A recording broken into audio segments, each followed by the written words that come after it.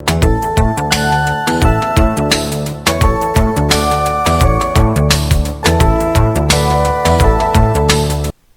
know, sometimes distance enters as a variable or a parameter, not a perimeter, that's a boundary, in many a financial analysis. A really good and celebrated example is flying versus, say, taking a high-speed train. This turned out to be very relevant, starting off with the TGV, the high-speed train between Paris and Lyon, France. Two of the major considerations between the two is the airplane is faster, but it has a laborious check-in time. Let's say you have to add the check-in time to traveling by the faster method, and a train, set those two equal, and solve.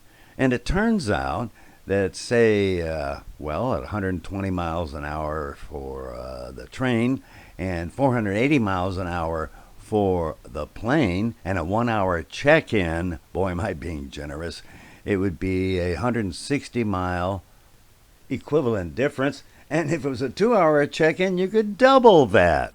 As a relevant aside, some people talk about fatalities and say planes are safer using mileage, which is nonsense. Consider the case of standing still dividing by zero, or as shown in an article I published, the shuttle turns out to be safer than motorcycle. Here's one that's kind of relevant and frequently considered. Should you drive to a farther gas station?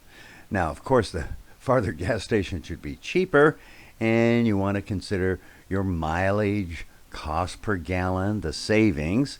And in doing so, well, let's say you have a 16-gallon tank, 20 miles to the gallon.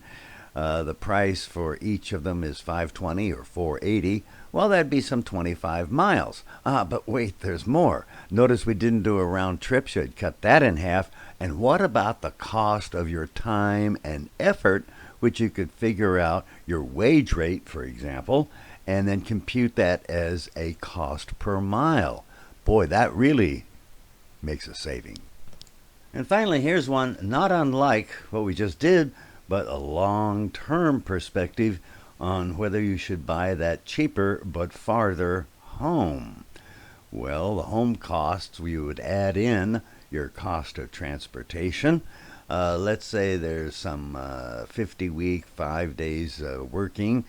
You might want to do this round trip, and you could take in, first of all, the cost of gas, and then throw in the fact that your time and effort. Well, it turns out the gas alone one way is $125,000.